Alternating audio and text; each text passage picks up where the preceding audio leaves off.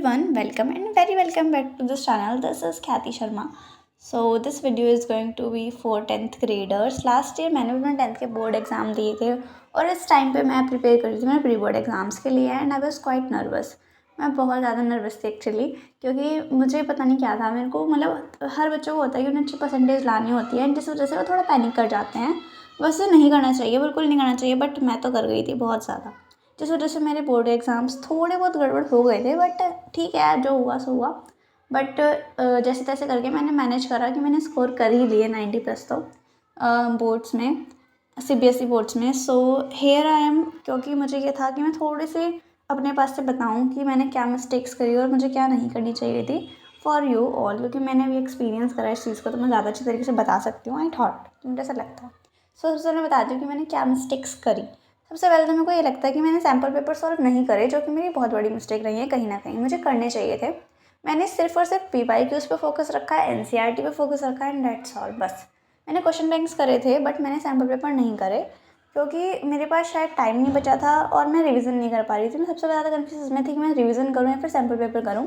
तो मैंने revision choose करा instead of sample papers. But ये मेरी गलती थी, मुझे सैम्पल पेपर भी करने चाहिए थे और मुझे रिवीजन भी करना चाहिए था.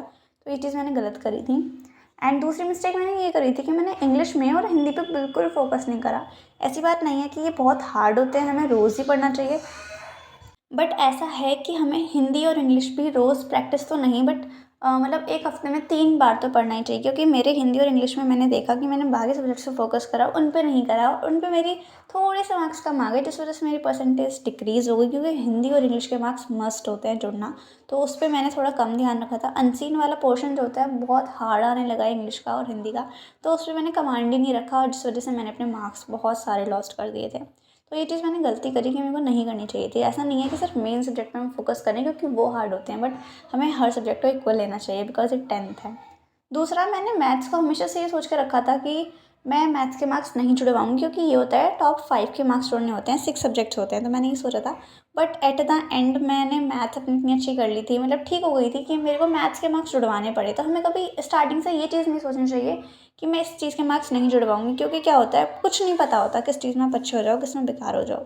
तो हर चीज़ को, हर सब्जेक्ट को मुझे इक्वल लेके चलना चाहिए था स्टार्टिंग से ही. अगर ऐसा करती तो शायद ठीक रहता, बट मैंने ऐसे नहीं करा.